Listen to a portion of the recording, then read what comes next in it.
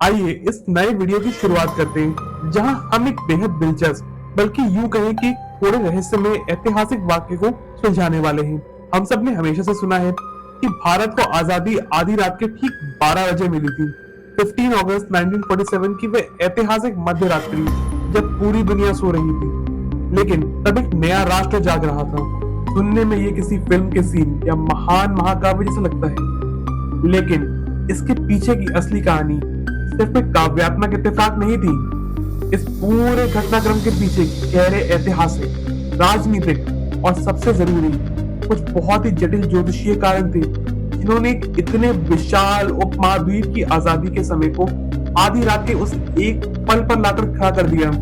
तो चलिए इतिहास के इन पन्नों को थोड़ा और करीब से पलटते हैं। अब सबसे पहला सवाल तो यही होता है कि आखिर आधी रात का ही समय क्यों, ठीक 12 बजे ही क्यों? तो देखिए, बात दरअसल ये है कि आजादी का जो ये आधी रात का समय था, ये कोई अचानक लिया गया नाटकीय फैसला नहीं था, बल्कि ये एक बहुत ही चतुर एवं बहुत ही शानदार जुगाड़ था, तो बिल्कुल अलग संस्कृतियों और मान्यताओं के बहुत बड़े टकराव से पैदा हुआ था। जरा कल्पना कीजिए, एक तरफ ब्रिटिश साम्राज्य का अपना एक अलग ही अहंकार और जल्दबाजी थी, और दूसरी तरफ भारतीय उपमहाद्वीप की हजारों साल पुरानी बहुत गहरी ज्योतिषीय मान्यताएं। इन दोनों के बीच एक ऐसा रास्ता निकालना था जिस पर दोनों पक्ष सहमत हो सके। अब एक तरफ कैलेंडर की तारीख आगे पीछे हो रही थी, और दूसरी तरफ तारों और ग्रहों की चाल के हिसाब पता लगाया जा रहा था। इस पूरे टाइमलाइन को समझना बहुत जरूरी है। मूल रूप से ब्रिटेन के तत्कालीन प्रधानमंत्री क्लेमेंट एटली ने ब्रिटिश वापसी के लिए जून 1948 का लक्ष्य रखा था। मतलब आजादी एक साल बाद मिलनी थी, लेकिन कहानी में आ गया ट्विस्ट, और कहानी में एंट्री होती है भारत के अंतिम वाइसरॉय लॉर्ड माउंटबेटन की। उन्होंने इस पूरे के पूरे विशाल भू राजनीतिक बदलाव के इस प्रोसेस को लगभग 10 महीने पहले ही खींच दिया। सोचिए जरा, 3 जून 1947 को उन्होंने अपनी योजना की घोषणा की, और सत्ता हस्तांतरण की तारीख सीधे 15 अगस्त तय कर दी। ये एक अभूतपूर्व जल्दबाजी थी। एक इतने बड़े देश का विभाजन, उसकी आजादी जिसके लिए सालों की तैयारी चाहिए थी, उसे महज कुछ हफ्तों में समेट कर रख दिया। और अब इस कहानी का सबसे हैरान करने वाला हिस्सा सुनिए। लॉर्ड माउंटबेटन ने 15 अगस्त की ये तारीख आखिर चुनी कैसे? क्या इसके पीछे कोई गहरा शोध था? बिल्कुल नहीं। यह तारीख उन्होंने पूरी तरह से अपने एक अचानक आई सनक में चुनी थी। हुआ यूं, जब 4 जून को एक प्रेस कॉन्फ्रेंस में पत्रकारों ने उनसे सत्ता हस्तांतरण की तारीख पूछी, तो उन्होंने अचानक ही 15 अगस्त कह दिया।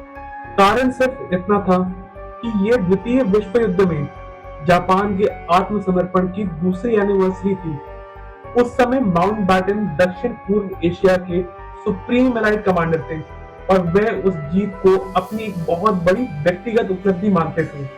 मतलब ये तारीख भारतीय इतिहास और संस्कृति से नहीं, बल्कि एक ब्रिटिश अधिकारी के व्यक्तिगत अहंकार से निकली थी। माउंटबेटन ने खुद बाद में इस बात को बड़ी बेबाकी से स्वीकार किया था। उनका कहना था, मैंने जो तारीख चुनी वह अचानक ही मेरे दिमाग में आ गई। अब आप खुद ही सोचकर देखिए, ये फैसला एक तरफा फैसला था ना। ये ऐसा फैसला था जिसके लिए ना तो किसी भारतीय नेता से सलाह ली गई और ना ही किसी ज्योतिषी से। इस एक घोषणा ने पूरे देश में हड़कंप मचा दिया। जो आजादी आराम से एक साल बाद आनी थी, उसके लिए अब केवल 77 दिन बचे थे। जी हाँ, आपने सही सुना, सिर्फ 77 डेज बचे थे। प्रशासकों के लिए ये एक लॉजिस्टिक नाइटमेयर था, लेकिन भारतीय जनमानस के लिए ये बिल्कुल ही अलग तरह की और बहुत बड़ी चिंता का विषय बन गया। जहां एक तरफ ब्रिटिश अधिकारी अपने कैलेंडर पर सिर्फ एक तारीख देख रहे थे, वहीं भारत में तारों और ग्रहों की चाल ने वाइसरॉय के उस कैलेंडर को बुरी तरह से उलझा कर रख दिया था। देखिए, भारत एक ऐसा देश है जहां आज भी लोग घर खरीदने या शादी जैसे अहम फैसले लेने से पहले ज्योतिषियों की सलाह लेते हैं। बनारस हिंदू यूनिवर्सिटी यानी कि BHU जैसे बड़े संस्थानों में तो ज्योतिष में बकायदा डिग्री कोर्स तक चलाते हैं। भारत जैसे देश में ये लाजमी था कि जब एक नए राष्ट्र के जन्म की तारीख की घोषणा हुई, तो देश भर के भारतीय ज्योतिषी तुरंत अपनी कुंडलियों और पंचांगों की तरफ दौड़े, और जो उन्होंने वहां देखा वह सच में एक बहुत ही भयानक और दिल जलाने वाला खगोलीय सहयोग था। ज्योतिष गणनाओं के अनुसार 15 अगस्त 1947 का वो दिन एक बेहद अशुभ शुक्रवार था। इस दिन मकर राशि का प्रभाव था और इसके साथ ही शनि का बहुत ही अशुभ प्रभाव और राहु का प्रभुत्व बना हुआ था। ज्योतिष शास्त्र में राहु को क्रोध और विनाश का प्रतीक माना जाता है और सबसे चौंकाने वाली बात यह थी कि ये अमावस्या के बहुत करीब का समय था, जिसे अमूमन नए कामों के लिए अशुभ माना जाता है। ज्योतिषीय गणनाओं ने बिल्कुल स्पष्ट कर दिया था कि ये दिन आक्रामकता और अंधकार की गहरी शक्तियों से घिरा हुआ है। एक नए देश की शुरुआत के लिए इससे बुरा समय शायद ही कोई और हो सकता है। जैसे ही ये बात फैली, चारों तरफ से चेतावनियों की मानो बाढ़ सी आ गई। स्वामी मदानंद जैसे प्रसिद्ध ज्योतिषी ने तो वाइसरॉय को पत्र लिखकर ये तक कह दिया, भगवान के लिए भारत को 15 अगस्त को आजादी ना दें। यदि इसके बाद बाढ़, अकाल और नरसंहार होता है तो ये सिर्फ इसलिए होगा क्योंकि आजाद भारत का जन्म दारों दारा स्थापित है। ये बहुत ही सख्त शब्द थे। उज्जैन के हरदेव जी और सूर्य नारायण व्यास जैसे दिग्गजों ने भी भारत के भावी राष्ट्रपति डॉक्टर राजेंद्र प्रसाद को आगाह किया कि यह दिन पूरी तरह से अमंगलकारी है। ये ऐसी चेतावनियां थी जिन्हें उस समय का कोई भी नेता आसानी से नजरअंदाज नहीं कर सकता था। अब भारतीय नेताओं के सामने एक बहुत बड़ा धर्म संकट खड़ा हो गया था। उन्हें औपनिवेशिक मनमानी और गहराई से जुड़ी अपनी स्वदेशी मान्यताओं के इस अविश्वसनीय रूप से तनावपूर्ण चौराहे से गुजरना था। जवाहरलाल नेहरू जो व्यक्तिगत रूप से शायद ज्योतिष विद्या में बहुत ज्यादा विश्वास नहीं करते थे, लेकिन वो भी अच्छी तरीके से जानते थे कि देश की मेजॉरिटी जनता इसमें बहुत गहरी आस्था रखती है। सरदार पटेल और अन्य नेता भी इस बात से काफी चिंतित थे कि यदि आजादी के तुरंत बाद कुछ भी बुरा होता है तो जनता इसका सीधा दोष इस अशुभ दिन को ही देगी। लेकिन दूसरी तरफ समस्या ये थी कि माउंटबैटन अपनी चुनी हुई 15 अगस्त की तारीख को बदलने के लिए बिल्कुल भी राजी नहीं थे। तो अब सबसे बड़ा सवाल ये था कि तारीख को बदले बिना तारीख कैसे बदली जाए। है ना अजीब बात। एक ऐसा सरल लेकिन बहुत ही चतुर समझौता चाहिए था जो वाइसरॉय की उस सख्त डेडलाइन का सम्मान भी करे और साथ ही साथ सितारों द्वारा की गई उस भयानक ज्योतिषीय भविष्यवाणी से देश को भी बचा सके। यह किसी नामुमकिन सी पहेली जैसा लग रहा था। वाइसरॉय के अहंकार को भी शांत रखना था और भारतीय जनमानस की शंकाओं को भी पूरी तरह से दूर करना था। और यहीं पर काम आया एक ऐसा ज्योतिषीय उपाय जो मजबूरी से निकाला गया एक ऐसा चतुर रास्ता था जिसने सबको हैरान कर लिया। यह समाधान पश्चिमी और पूर्वी समय निर्धारण प्रणालियों के बीच मौजूद एक बहुत ही सरल लेकिन गहरे अंतर में छिपा हुआ था। जब परिस्थितियां बिल्कुल विपरीत हो और कोई सीधा रास्ता नजर ना आए तो ऐसे ही उपाय काम आते हैं। आइए देखते हैं कि ये उपाय असल में था क्या। ये पूरी की पूरी पहेली पश्चिमी ग्रेगोरियन कैलेंडर और हिंदू पंचांग के बीच एक छोटे से अंतर से सुलझ गई।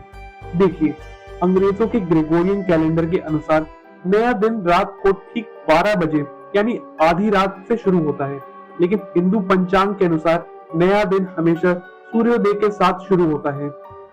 इसलिए अगर सत्ता का हस्तांतरण ठीक आधी रात को किया जाए तो अंग्रेजों के लिए वे आधिकारिक तौर पर 15 अगस्त हो चुका होगा, जिससे माउंटबैटन की शर्त पूरी हो गई।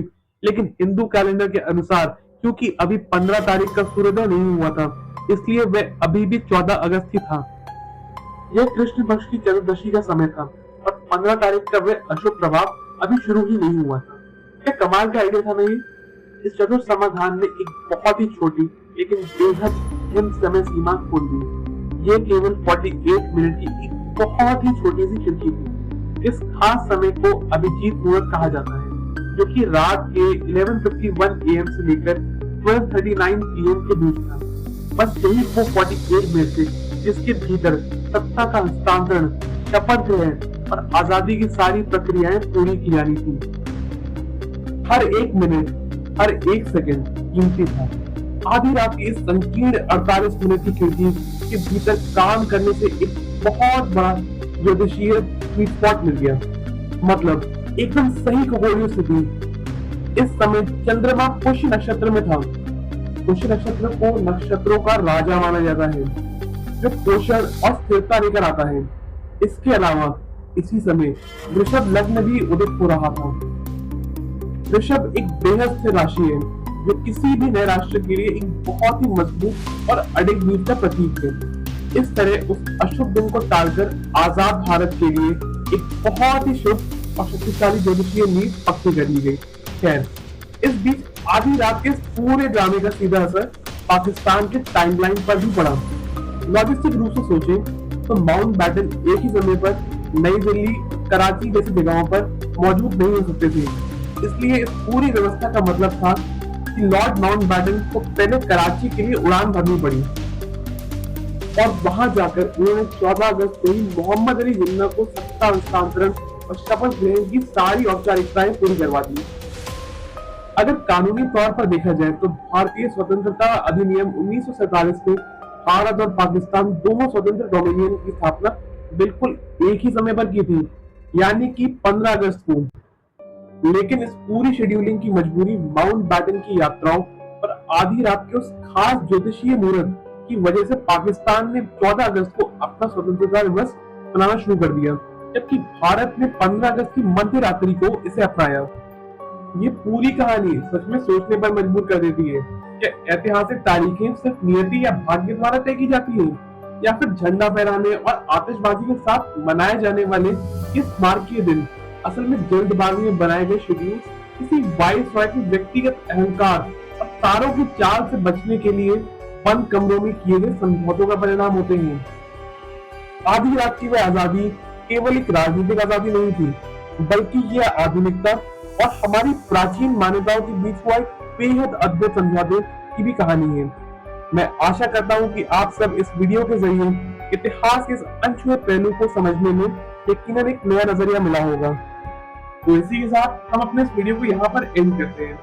अपना प्यार इस चैनल पर बनाए रखें और साथ ही साथ इस वीडियो को लाइक, शेयर और चैनल को सब्सक्राइब करना ना भूलें। और अगर आपके पास मेरे लिए कोई सुझाव है तो उसको आप इस वीडियो के कमेंट बॉक्स में डाल सकते हैं। धन्यवाद।